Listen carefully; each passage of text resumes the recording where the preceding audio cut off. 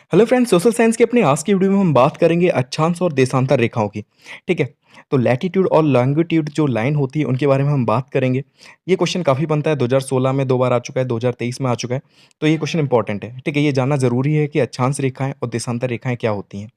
पृथ्वी पर 2 प्रकार की काल्पनिक रेखाएं खींची गई हैं, जिन्हें अक्षांश रेखा और देशांतर रेखाएं कहते हैं।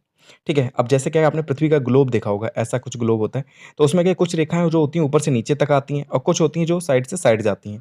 ठीक है, तो यही होती हैं अक्षांश और देशांतर रेखाएं। ठीक है, ये साइड वाली रेखाएं अक्षांश रेखाएं कहलाती हैं, ऊपर से नीचे आती हैं वो देशांतर रेखाएं कहलाती हैं। ठीक है, तो ये हो गया आपका अक्षांश और देशांतर रेखाएं। ये काल्पनिक रेखाएं, मतलब असली में ऐसा खींची नहीं गई हैं, लेकिन ये क्या है, काल्पनिक रेखाएं हमने मान लिया है। ठीक है, हमने बांट रखा है इस चीज़ को। ठीक है, तो पृथ्वी पर 2 प्रकार की काल्पनिक रेखाएँ खींची गई हैं, पहली अक्षांश रेखा और दूसरी देशांतर रेखा। पहले हम बात करेंगे अक्षांश रेखाओं की। ठीक है? तो अक्षांश रेखाओं की अगर हम बात करें, देखिए 2022 और 23 में ये क्वेश्चन पूछा गया अक्षांश रेखाओं के बारे में। वे काल्पनिक रेखाएँ जो पृथ्वी पर पश्चिम से पूर्व की ओर खींची गई हैं, अक्षांश रेखाएँ कहलाती हैं। ठीक है? जैसे ये ग्लोब है और ये पश्चिम से पूर्व की तरफ जो खींची गई हैं ये रेखाएँ, ये क्या कहलाती हैं? ये अक्षांश रेखाएँ कहलाती हैं। ये चीज़ याद रखना। पूछ लिया जाएगा कि अक्षांश रेखाएँ कौन-सी रेखाएँ होती हैं? तो ये वे काल्पनिक रेखाएँ होती हैं जो पृथ्वी पर पश्चिम से पूर्व की ओर, ठीक है? पश्चिम से पूर्व की बात हो रही है। तो पश्चिम से पूर्व की तरफ खींची गई हैं, अक्षांश रेखाएँ कहलाती हैं। पृथ्वी के बीचों-बीच जो अक्षांश रेखाएँ खींची गई हैं, उसे 0 डिग्री अक्षांश रेखा या भूमध्य रेखा कहते हैं। इसे विषुवत रेखा भी कहते हैं। ठीक है? तो जैसे ग्लोब है ये, जो बिल्कुल बीचों-बीच में ये रेखा खींची गई है। ठीक है? जो बिल्कुल पृथ्वी को आधा-आधा बाँट रही है। तो इस रेखा को हम क्या कहते हैं? तो 0 डिग्री अक्षांश रेखा कहते हैं, या भूमध्य रेखा कहेंगे, या विषुवत रेखा कहेंगे। ठीक है? क्लियर हो गया होगा आपको कि पृथ्वी के बीचों-बीच जो अक्षांश रेखा खींची जाती है, जो पृथ्वी को 2 बराबर भागों में बाँट देती है, उसे 0 डिग्री अक्षांश रेखा या भूमध्य रेखा या विषुवत रेखा कहते हैं। ठीक है? इक्वेटर लाइन भी इसी को कहते हैं। 0 डिग्री अक्षांश रेखा पृथ्वी को 2 बराबर गोलार्धों में बाँटती है। ठीक है? तो आपने उत्तरी गोलार्ध और दक्षिणी गोलार्ध सुना होगा। तो ये कौन-सी रेखा काटती है 2 गोलार्धों में पृथ्वी को? तो ये आपकी 0 डिग्री अक्षांश रेखा, जिसे भूमध्य रेखा कहते हैं, इक्वेटर लाइन कहते हैं। ठीक है? तो ये है जो वो क्या करती है, पृथ्वी को 2 बराबर गोलार्धों में बाँट देती है। कौन-कौन सी? तो उत्तरी गोलार्ध और दक्षिणी गोलार्ध। ठीक है, देखिए आपको ये पृथ्वी देखने को मिल रही होगी। अब इसमें कि कई सारी अक्षांश रेखाएँ होती हैं, तो एक अक्षांश रेखा ये होती है, ठीक है? तो ये कहलाती है आपकी कर्क रेखा, जो बिल्कुल बीचों-बीच से काटती है पृथ्वी को 2 गोलार्धों में, तो मैंने आपको बताया कि ये विषुवत रेखा कहलाती है, ठीक है? 0 डिग्री अक्षांश रेखा भी इसे कहते हैं, इक्वेटर लाइन भी कहते हैं इसे, ठीक है? तो इसे क्या कहेंगे, 0 डिग्री अक्षांश रेखा या भूमध्य रेखा। और जो 23.5 डिग्री से अक्षांश रेखा निकलती है, उसे हम लोग उत्तरी अक्षांश कहते हैं या कर्क रेखा कहते हैं, ठीक है? और 23.5 डिग्री जो दक्षिणी अक्षांश से निकलती है रेखा, उसे हम लोग मकर रेखा कहते हैं। ठीक है? तो ये दक्षिणी ध्रुव हो जाएगा और ये उत्तरी ध्रुव हो जाएगा आपका। ठीक है? 2 बराबर ध्रुवों में बाँटती है और 2 बराबर गोलार्धों में बाँट देती है इक्वेटर लाइन, विषुवत रेखा। और ऊपर जो 23.5 डिग्री जो उत्तरी अक्षांश रेखा होती है वो कर्क रेखा कहलाती है, जबकि 23.5 डिग्री दक्षिणी अक्षांश रेखा जो होती है वो मकर रेखा कहलाती है। ये चीज़ें आपको याद होनी चाहिए। अक्षांश रेखाओं की कुल संख्या 181 है। ठीक है? अगर क्वेश्चन ये पूछ लिया जाए कि अक्षांश रेखाओं की कुल संख्या कितनी है? तो 181 है। ठीक है? जिसमें 90 प्लस 1 करके ये कॉम्बिनेशन बनता है 181 का। ठीक है? तो 90 ऊपर देखने को मिलेंगी, 90 नीचे देखने को मिलेंगी और बीच की इक्वेटर लाइन। ठीक है? तो 181 होती है इनकी संख्या। अक्षांश रेखाओं की कुल संख्या कितनी होती है? तो 181 होती है। अक्षांश रेखाएँ वास्तव में रेखाएँ ना होकर वृत्त होते हैं। अतः कुल अक्षांशीय वृत्तों की संख्या 179 होती है। 181 माइनस 2 इक्वल टू 179। ठीक है, अगर हम बात करें तो ये देखिए, आपने गोलार्ध तो देखा है, ग्लोब देखा होगा। ठीक है, तो ये अक्षांश रेखाएँ क्या होती हैं, पूरा ग्लोब बनाती हैं। अगर ग्लोब में देखें चारों तरफ ये रेखाएँ खींची होती हैं, तो एक तरीके से क्या होता है, एक वृत्त बनता है, एक सर्किल बनता है। तो इसलिए हम अगर सही से देखें तो ये अक्षांश रेखाएँ नहीं होती हैं, एक वृत्त होता है। ठीक है, अक्षांश वृत्त जिन्हें कह सकते हैं हम। ठीक है, क्योंकि ये पूरा क्या बना रही हैं, गोला बना रही हैं। ठीक है, तो ऐसे करके ये होती हैं रेखाएँ, तो पूरा गोला बना रही होती हैं। तो इन्हें हम क्या कह सकते हैं, इन्हें अक्षांश वृत्त कह सकते हैं। और इनकी संख्या कितनी होती है, तो 179 इनकी संख्या होती है। ठीक है? जैसे-जैसे हम ध्रुवों की ओर बढ़ते हैं, अक्षांश रेखाओं की लंबाई में कमी होती जाती है तथा उत्तरी व दक्षिणी ध्रुवों पर जाकर बिंदु प्रतीत होते हैं। ठीक है? तो जैसे-जैसे हम भी लोग क्या करते हैं, देखो सबसे बड़ी इक्वेटर लाइन कौन-सी है? तो 0 डिग्री अक्षांश रेखा है, सबसे बड़ी अक्षांश रेखा है ये। ठीक है? जो बीचों-बीच पृथ्वी को काट रही है। लेकिन जैसे-जैसे हम ध्रुवों की ओर बढ़ेंगे, ये रेखाएँ जो होती हैं, ये जो व्रत होते हैं, वो छोटे होते जाते हैं। और एक पॉइंट पे बिल्कुल जो दक्षिणी छोर जो होता है, वहाँ पर जाके ऐसा लगेगा जैसे एक बिंदी रखी हो। ठीक है? तो वही बोला गया कि जैसे-जैसे हम ध्रुवों की ओर बढ़ते हैं, अक्षांश रेखाओं की लंबाई में कमी होती जाती है तथा उत्तरी व दक्षिणी ध्रुवों पर जाकर बिंदु से प्रतीत होते हैं। ठीक है? अक्षांश रेखाएँ समांतर होती हैं क्योंकि इनके बीच की दूरी जो होती है वो समान होती है। ठीक है? तो अक्षांश रेखाएँ जितनी भी खींची गई हैं, जो 181 हैं, ठीक है? तो अगर बात की जाए इनकी, तो ये कैसी होती है, समानांतर होती है। इनके बीच में जो दूरी होगी वो समान देखने को मिलेगी। ठीक है? जहाँ पर 1 डिग्री बराबर कितना होता है? 111 किलोमीटर होता है। ये चीज़ याद रखना, ये क्वेश्चन बनता है, टेट में आपसे पूछ लिया जाएगा कि अक्षांश रेखाएँ जो होती हैं, उनके बीच की दूरी कितनी होती है? तो 111 किलोमीटर होती है, ठीक है? 2 अक्षांश रेखाओं के बीच। अक्षांश रेखाओं के बीच की इस दूरी को ज़ोन कहते हैं, ठीक है? 111 किलोमीटर की जो दूरी होती है इन दोनों बीच है, मतलब 2 अक्षांश रेखाओं के बीच में दूरी कितनी होगी? तो 111 किलोमीटर होगी, ठीक है? और इस दूरी को क्या कहा जाता है? तो ज़ोन कहा जाता है, ठीक है? अक्षांश रेखाओं के बीच की दूरी को क्या कहेंगे हम लोग? तो ज़ोन कहेंगे। ये चीज़ याद रखना, 1 नंबर में क्वेश्चन बनता है कि अक्षांश रेखाओं के बीच की दूरी क्या कहलाती है? ज़ोन कहलाती है। और इनके बीच में दूरी जो होती है वो कितने किलोमीटर होती है? तो 111 किलोमीटर होती है, 1 डिग्री बराबर। सबसे बड़ी अक्षांश रेखा कौन-सी है? तो भूमध्य रेखा है, ठीक है? तो भूमध्य रेखा जो है वो सबसे बड़ी अक्षांश रेखा है, ये क्वेश्चन बनेगा। 0 डिग्री अक्षांश रेखा को क्या कहते हैं? तो भूमध्य रेखा कहते हैं, विषुवत रेखा कहते हैं, इक्वेटर लाइन कहते हैं, ठीक है? 2016-22 में ये क्वेश्चन पूछा गया है। फिर 2016 और 19 में ये क्वेश्चन पूछा गया कि 23.5 डिग्री उत्तरी अक्षांश रेखा को क्या कहते हैं? तो कर्क रेखा कहते हैं। फिर 2016-19 में पूछा गया कि 23.5 डिग्री दक्षिणी अक्षांश रेखा को क्या कहते हैं? तो मकर रेखा कहते हैं। फिर है कि 66.5 डिग्री उत्तरी अक्षांश रेखा को क्या कहेंगे? तो इसे आर्कटिक वृत्त कहते हैं। जबकि 66.5 डिग्री दक्षिणी अक्षांश को हम लोग अंटार्कटिक वृत्त कहते हैं। तो ये क्वेश्चन जो है वो एक-एक नंबर में बनते हैं, इन्हें अच्छे से याद कर लेना, ठीक है? आप वहाँ पे जाके भूल जाएँ, उससे अच्छा है कि अभी से अच्छे से याद कर लें, समझ लें, ठीक है? कि 66.5 डिग्री जो उत्तरी अक्षांश रेखा होती है, उसे हम लोग आर्कटिक वृत्त कहते हैं। जबकि 66.5 डिग्री दक्षिणी अक्षांश रेखा को हम लोग अंटार्कटिक वृत्त कहते हैं, ठीक है? ये सारे एक-एक नंबर में बनते हैं क्वेश्चन, इन्हें अच्छे से याद कर लेना। अक्षांश रेखाओं की हमने बात कर ली, अब हम बात करेंगे देशांतर रेखाओं की। अगर देशांतर रेखाओं की अगर हम बात करें, तो उन्हें लॉन्गिट्यूड लाइन्स कहते हैं। 2016-19 में इसके बारे में क्वेश्चन पूछा भी गया है।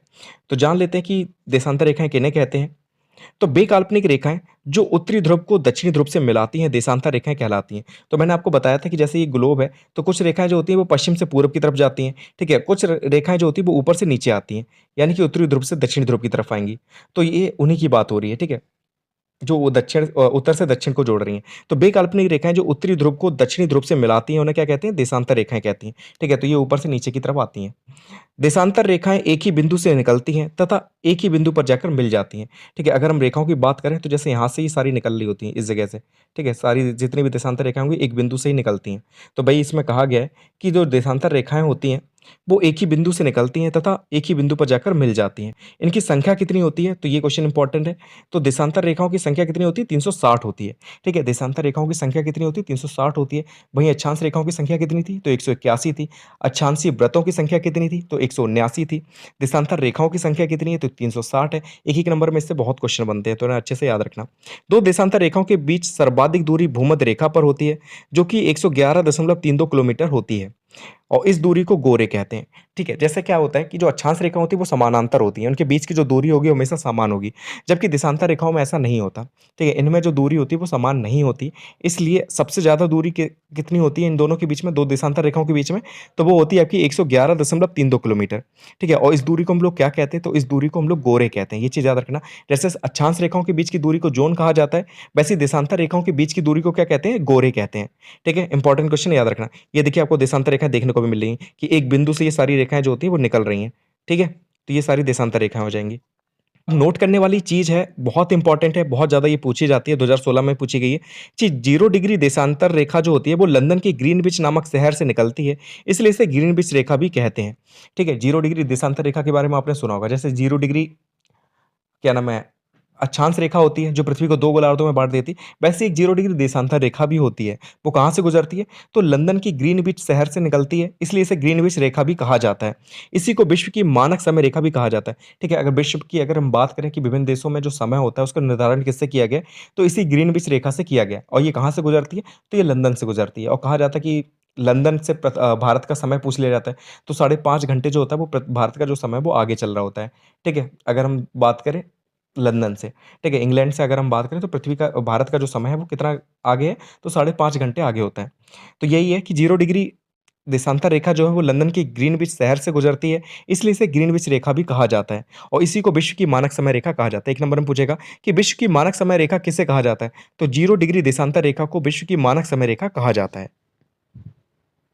देखिए, हमने इतना जान लिया कि 0 डिग्री देशांतर रेखा जो थी, उसे हम लोग ग्रीनविच रेखा कहते थे, ठीक है? उसे विश्व का मानक समय रेखा भी उसे कहा जाता है और अब हम बात कर रहे हैं 180 डिग्री देशांतर रेखा की, ठीक है? 180 देशांतर रेखा जो है, इसे अंतर्राष्ट्रीय तिथि रेखा कहते हैं, ठीक है? ये 180 डिग्री की देशांतर रेखा की बात हो रही थी, वो 0 डिग्री देशांतर रेखा की बात हो रही थी, ठीक है? 2019 में पूछा गया कि 180 डिग्री देशांतर रेखा को किस नाम से जानते हैं? तो उसे अंतर्राष्ट्रीय तिथि रेखा के नाम से जानते हैं।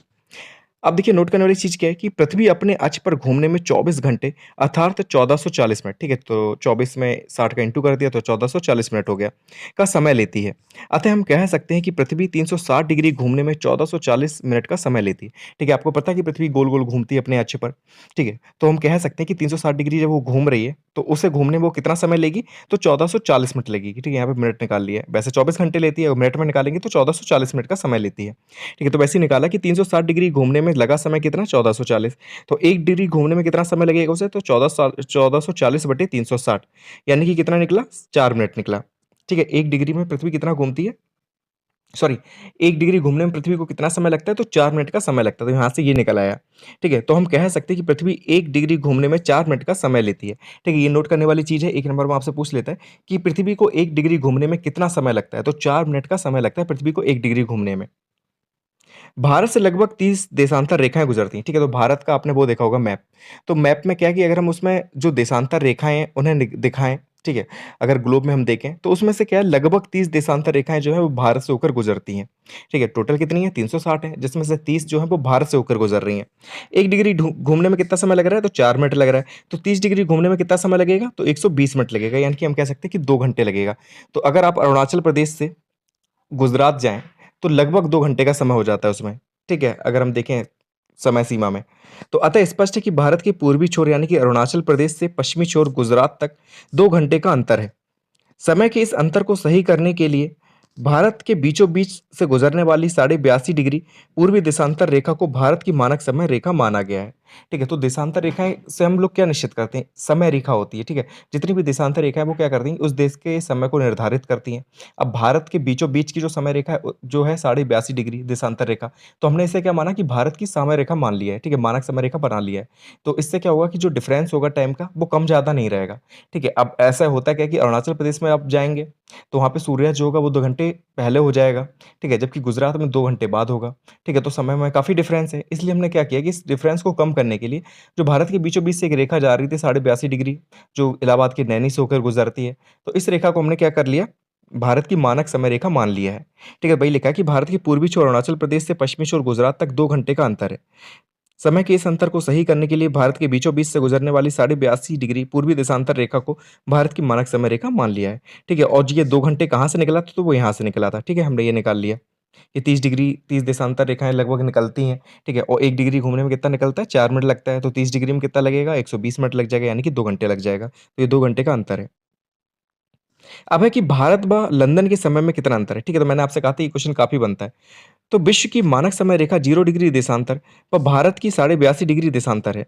पृथ्वी को 82.5 डिग्री घूमने में समय लगेगा 82 इंटू 4 यानी कि 330 मिनट। तो 5 घंटे 30 मिनट का समय लगेगा। अतः स्पष्ट है कि भारत का समय लंदन से 5.5 घंटे आगे है। ठीक है? तो आप सोच रहे होंगे कि 5.5 घंटे ये कहाँ से निकला? तो वो यहाँ से निकला। आपको पता है 1 डिग्री में 4 मिनट का समय लग रहा है। ठीक है? वो है 0 डिग्री और भारत का समय रेखा कितनी है? तो 82.5 डिग्री है। तो यानी कि 82.5 डिग्री जो ज़्यादा है ना, तो इसमें इंटू 4 कर देंगे। ठीक है? तो समय कितना निकला? 330 मिनट निकल आया। तो इसे अगर हम घंटे में कन्वर्ट करें तो 5 घंटे 30 मिनट निकलेगा। ठीक है? तो हम कह सकते हैं कि भारत का समय जो है वो लंदन से 5.5 घंटे आगे है। ठीक है? वहाँ का जब 12 बजता है दिन का, तो यहाँ पे शाम के 5:30 बज रहे होते हैं। ठीक है? क्लियर हो गया होगा आपको। अब क्वेश्चन बनता है कि कर्क रेखा भारत के कितने राज्यों से होकर गुजरती है? बहुत बार ये क्वेश्चन पूछा जाता है। तो भारत के 8 राज्यों से होकर जो कर्क रेखा है वो गुजरती है। ठीक है? कर्क रेखा क्या करती है? इंडिया को बीचों-बीच से काट देती है।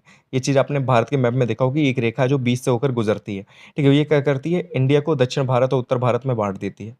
ठीक है? तो 8 राज्यों से होके गुजरती है और इसकी ट्रिक क्या है? 8 राज्यों को याद करने की तो मित्र पर गमछा झार करके एक ट्रिक है। ठीक है? शॉर्ट ट्रिक है, इसे आप आसानी से याद कर सकते हैं। तो देखिए माँ से हो जाएगा मित्र के मिज़ोरम, त्रा से हो जाएगा आपका त्रिपुरा, पर से हो जाएगा, पा से पश्चिम बंगाल, रा से हो जाएगा आपका राजस्थान। अगर हम बात करें गमछा की तो गा से गुजरात हो जाएगा, मा से हो जाएगा मध्य प्रदेश और छा से आ जाएगा छत्तीसगढ़ और झार से आ जाएगा झारखंड। ठीक है? तो 8 राज्य हैं, काफ़ी इंपॉर्टेंट है, कई बार एग्ज़ाम में ये पूछे जाते हैं। ठीक है? आपको 4 ऑप्शन दे दिए जाएँगे मिज़ोरम, मणिपुर, नागालैंड, त्रिपुरा ऐसे करके। तो आपसे पूछा जाएगा कि कहाँ से होके गुज़रती है, तो आपको एक ऑप्शन चूज़ करना पड़ेगा। ठीक है? अब मान लिया अरुणाचल प्रदेश दे दिया, नागालैंड दे दिया, मिज़ोरम दे दिया, मणिपुर दे दिया, ये ऑप्शन दिए जाते हैं ज़्यादातर। पूछा जाएगा कि कहाँ से होकर कर्क रेखा गुज़रती है, तो आप कन्फ्यूज़ अगर आपको पता होगा तो आप मिज़ोरम लगा देंगे, ठीक है? ट्रिक पता नहीं तो आप मणिपुर लगा सकते हैं, तो इसलिए अच्छे से ये ट्रिक याद कर लेना। ठीक है? ये देखिए लिखा भी है, राजस्थान देखिए ये देखो कर्क रेखा गुज़र रही है ये, तो राजस्थान से होकर गुज़र रही है, हल्के से एरिया से, गुजरात से जा रही है, मध्य प्रदेश से जा रही है, छत्तीसगढ़ से जा रही है, झारखंड से जा रही है, पश्चिम बंगाल, त्रिपुरा और मिज़ोरम, ठीक है? ये 8 राज्य जहाँ से होकर कर्क रेखा गुज़रती है और भारत को बीचों-बीच से ये रेखा काट देती है। अब नोट करने वाली चीज़ क्या है कि विश्व की मानक समय रेखा 0 डिग्री देशांतर है। यह लंदन के ग्रीनविच नामक शहर से गुजरती है। इसे प्रधान यामोत्तर या प्राइम मेरिडियन भी कहते हैं। ये चीज़ याद रखना, इसके दूसरे नाम हैं। ठीक है, 0 डिग्री देशांतर रेखा कहाँ से गुजर रही है? तो विश्व की मानक समय रेखा है 0 डिग्री देशांतर रेखा, ये लंदन की ग्रीनविच नामक शहर से होकर गुजरती है, इसलिए इसे ग्रीनविच रेखा भी कहते हैं। इसे प्रधान यामोत्तर रेखा भी कहते हैं, इसे प्राइम मेरिडियन भी कहते हैं। तो कई सारे नाम हैं, ये नाम आपको याद रखने हैं। फिर है कि भारत की मानक समय रेखा 82.5 डिग्री पूर्वी देशांतर रेखा है। यह इलाहाबाद के नैनी के निकट से होकर गुजरती है। ठीक है, उत्तर प्रदेश में जो इलाहाबाद है, इसके नैनी जगह है वहाँ पर, वहाँ से होकर ये गुजरती है। ठीक है, ये भारत की मानक समय रेखा क्या है? तो 82.5 डिग्री पूर्वी देशांतर जो है वो भारत की मानक समय रेखा है। फिर है कि अंतर्राष्ट्रीय तिथि रेखा किसे कहते हैं? तो 180 डिग्री देशांतर रेखा को अंतर्राष्ट्रीय तिथि रेखा कहते हैं। अब 1-2 क्वेश्चन और बनते हैं कि विषुवत रेखा को कौन सी नदी 2 बार काटती है? कर्क रेखा को कौन सी नदी 2 बार काटती है? ठीक है, तो याद रखना कि विषुवत रेखा जो है, जो पृथ्वी को बीचों-बीच से काट रही है, तो उसे कांगो नदी जो है, ठीक है, ये शायद आपकी अफ्रीका में बहती है कांगो नदी, तो ये क्या करती है विषुवत रेखा को 2 भागों में बाँट देती है। कर्क रेखा भारत में बहती है, ये कर्क रेखा को 2 बार काट देती है, ठीक है? और ग्लोब वो पृथ्वी का प्रतिरूप है, ठीक है? अगर पूछा जाए 1 नंबर में कि ग्लोब क्या है, तो ये पृथ्वी का प्रतिरूप है, ठीक है? तो बहुत आसान से क्वेश्चन है, लेकिन ये क्या है कि कन्फ्यूज़ कर देंगे आपको, तो इन्हें अच्छे से पढ़ लेना, ठीक है? इनके जो 2-2 नाम दिए गए हैं, इन्हें अच्छे से याद कर लेना क्योंकि ये क्वेश्चन 1 नंबर में बनते हैं, ठीक है? कि विषुवत रेखा को कौन-सी नदी 2 बार काटती है? तो कांगो नदी काटती है। कर्क रेखा को कौन-सी नदी काटती है 2 बार? तो आपको माही नदी काटती है, ठीक है? ये गुजरात से होकर जाती है और टर्न लेकर फिर से महाराष्ट्र की ओर बहती है, ठीक है? तो ये जो है माही नदी, ये 2 बार काटती है कर्क रेखा को, ठीक है? और ग्लोब क्या है? तो ये पृथ्वी का प्रतिरूप है, कई बार ये पूछा जाता है, ठीक है? तभी डबल स्टार लगा हुआ है इस पे, ठीक है? तो इसी के साथ ये जो टॉपिक है आपका अक्षांश और देशांतर रेखाओं का, वो कंप्लीट होता है। अब हम मिलेंगे नेक्स्ट वीडियो में नेक्स्ट टॉपिक के साथ। Thank you so much for watching this video.